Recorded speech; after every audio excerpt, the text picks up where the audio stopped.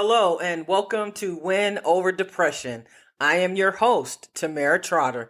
This podcast is dedicated to the millions of sufferers of mental illness and those who try every single day to feel better. We encourage you to like and subscribe to our podcast, which can be found on Spotify, Google Play, and Apple Music.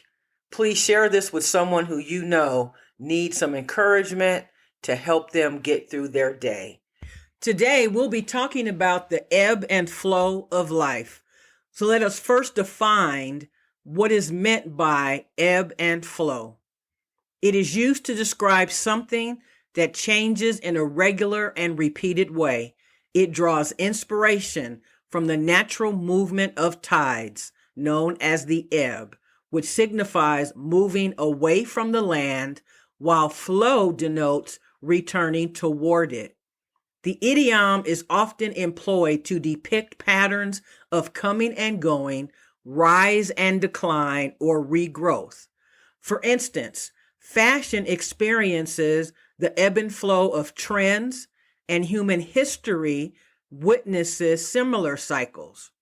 The rhythm of life itself can be characterized by these ebb and flow patterns, where circumstances oscillate between highs and lows, much like the tides. So whether it's the changing of seasons, emotions, or societal shifts, we encounter the ebb and flow of existence in a myriad of ways. So I'm sure that you're aware and have experienced both the ebb and the flow in your personal and possibly professional life. But it's a little bit different when it comes to someone who suffers with a mental illness, because the ebb and flow of your symptoms of depression, the way that you're feeling on a daily basis, all of that can really be difficult, to say the least. The ebb in our life represents the challenges that we face, the difficulties, the obstacles, the hurdles that we have to either go around or cross. It's when we go in a different direction because of something that's happening. So if we were to classify ebb when we're referring to a mental illness, we're talking about the challenges that you may face and the feelings that you have as a result of your mental illness. You don't feel like getting up in the morning. You don't feel like going to work. You're not hungry. You just don't feel like going to sleep. You don't have a lot of energy. That represents the ebb in your life. And so what we want to do is reduce the challenges of that ebb as much as we can. We want to get to the flow portion of life, where life is flowing in a positive direction, where we are seeing traction, we're building momentum, and we are experiencing more highs than lows. We feel as though we can make it through if we continue on, as opposed to feeling like despair is the only thing that we have to look forward to. So I'm asking and wondering from you, what does your ebb and flow in your life look like? Are you more in a flow, or are you more in an ebb? Is your life going against the tide, or is it going with the tide? So we want it to go with the tide, because that means that you're moving at a pace that is good for you. You are putting one foot in front of the other. You are accepting and realizing that when you look back, you tend to get back to those moments in your life when you're not doing well. We don't want to continue to rely on what has happened in the past. It is true that the past often dictates the future. But when it comes to dealing with our mental illness, even though it's hard, we can't let what happened the previous day affect the next day. We have to learn how to balance ourselves in such a way that when we have had a bad day, that we put that day behind us, knowing that the next day can get better. We don't want to concentrate on what is not going well in our lives, but our focal point should be on what is enjoyable, what is satisfying. Even if you have to go back to a time in your mind when life was easier and there wasn't so much stress and strain in the world, when racism and sexism and discrimination wasn't so prevalent, when kids could go to school and be concerned about their lessons and not worry about their safety. Life was flowing. You had your work week, and then you had plans for the weekend. Maybe you went out of town. Maybe you stayed home and watched the movies. But life was simple. And now with this ebb and flow, there is so much adversity. There is so much that is unknown. And so people are more stressed out than ever. And the world as a whole is more depressed than ever. So if you're listening to this podcast and it is the first time that you have experienced episodes of depression or feelings of anxiety, I'm so sorry. And I hope that it will be a short-lived experience in your life, because we all run the risk of at some point in our lives experiencing an episode of depression or a mental health breakdown that could cause us to potentially be hospitalized, need medication, or need to undergo some type of therapy. But when we think about the ebb and flow, I want you to think more about the flow. What are some things that you can do in your life in the next 7 days so that things are flowing better? You know, when we wake up in the morning, and especially if we have a household full of people, if we haven't planned out what's going to take place in the morning, it can be very chaotic. So what is your daily routine? Do you just kind of wake up and just figure it out? Or do you have a plan in place?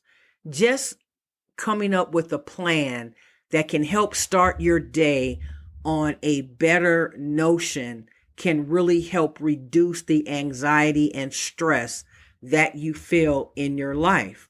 I really believe that even though when we are experiencing episodes of depression and anxiety, we're not really wanting to do too much, but at the same time, if we're being proactive, if we are thinking about what we're doing when we listen to Win Over Depression, and the point being that our goal is to reduce the episodes of depression, but there are some natural steps that we need to be willing to take. So what are the natural steps that you can take that can help you decrease the ebb in your life and increase the flow? In one of my podcast episodes in the past, I've talked about the importance of building momentum. And so when you get into the flow, that's what it feels like. You are building momentum. When you start out with one task and you've accomplished whatever you set to do with that task, and you go to the next task, you start to build momentum. Because what happens when you suffer with a mental illness and you feel depressed, starting the task is the main issue. You can't get to the point to where you actually start the task.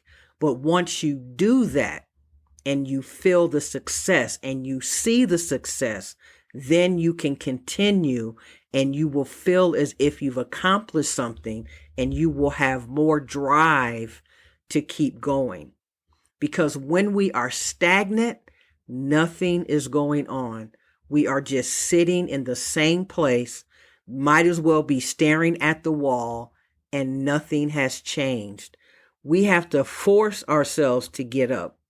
We sometimes have to force ourselves to take a shower, because I know for sure that when you take a shower, you feel better. And I've said it before, even if you take a shower and put your pajamas back on, you have still accomplished something. So don't look at the big lofty goals that you want to accomplish. Break them down into bite sizes so that you can see that you are making progress. So if there is a huge task that you must undertake, and you are just not in the mindset of getting it started. Think about what would it take to get you off to a good start. Sometimes when we just put some food in our stomach, or we drink a cup of coffee, or we make ourselves a smoothie, that actually helps us to become more alive and alert. And so because people who suffer with depression tend to have a low appetite at times, that state really perpetuates the symptoms that you're feeling. So even if you have to force yourself to eat something, that is going to be very important. So I would like you to make a journal entry, and on one side write down ebb and on the other side flow. And as you are going through your day and through the week and through the months, I'd like for you to just keep track of how many days are you feeling as if life is ebbing, and how many days is life flowing. And when you do that, write down specifically what was going on when it was flowing. And you want to try to repeat that particular pattern or that particular day so that you can get to a place and into a space where there is more flowing going on and less ebbing. So how are you feeling about your progress and the things that you've been doing in the last month or two? I've talked about the importance of tracking your mood, and hopefully you have downloaded the app called Moodily, Moodily. This app is going to help you to identify what was going on when you were not feeling at your best. It's going to help you identify if there is someone or something that is holding you back. I also want to remind you that we now have 103 episodes of Win Over Depression. I encourage you to go back and maybe listen to some of the shorter episodes that really can help you if you're on a quick drive or maybe on the bus or just don't have a lot of time to listen to something. I encourage you to listen to episode 99, 5 Ways to Build Momentum to Overcome Depression. Also, episode number 94, Turning Setbacks into Comebacks, a Tale of Resilience and Joy. That's one of our more popular episodes as well. I also encourage you to go to episode 86, Understanding and Managing Depression, a Step Towards Healing.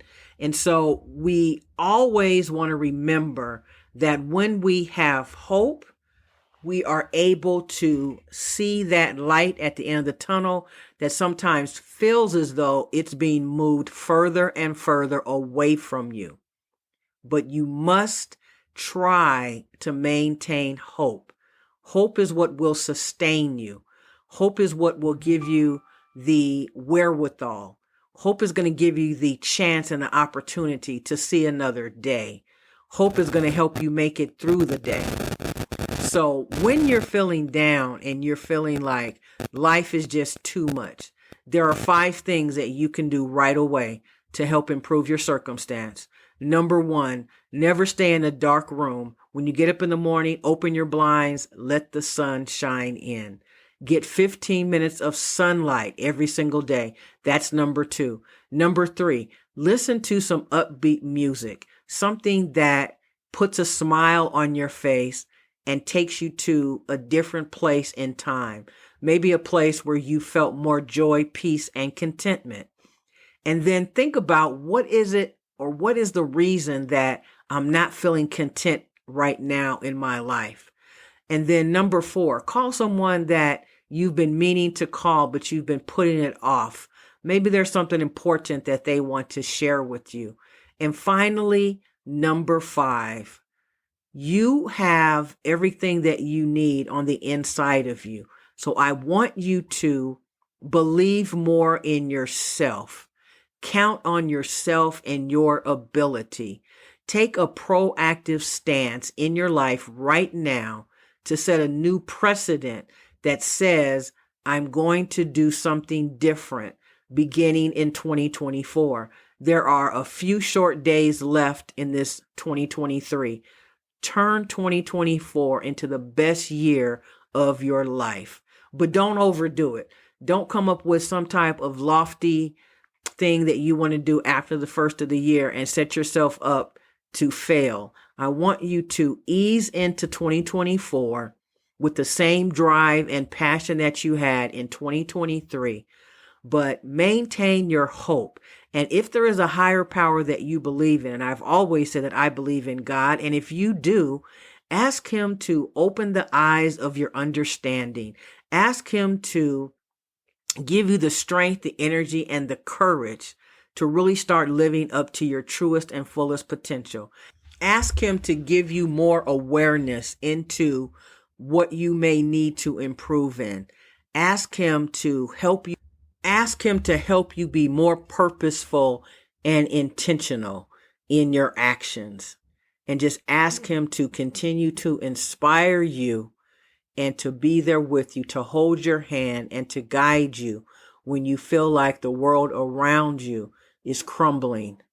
Ask him to continue to bless you and to keep you in his heart and in his soul, and he definitely will. I never want to end my podcast without thanking you so very much for listening. I invite all of you to find me on TikTok. I now have over 14 videos, little snippets of inspiration. I encourage you to go there and become a follower. Remember, you can find me on TT Mental Health Expert on Pinterest. You can also find me on LinkedIn, Tumblr, Instagram, and Twitter under Tamara Trotter. If you'd like to support this podcast by becoming a patron, you can go to patreon.com. That's patreon.com/Tamara Trotter. As little as $5 to $15 per month will help me to spread this message even further and further. We have entered the international market and we are trying to go global. And I know that we will get there. In 2024, it's going to be more and more of Win Over Depression, more products, more inspiration, more things to help you overcome the circumstances of your life. Remember, stay in the game of life. Thank you so much for being the best part of Win Over Depression. Could you share this podcast with someone that you know could benefit from it? The more people that we can help with their mental illness is going to make the world a much better place. Remember, stay in the game of life, and I will see you next Friday. Have a great week.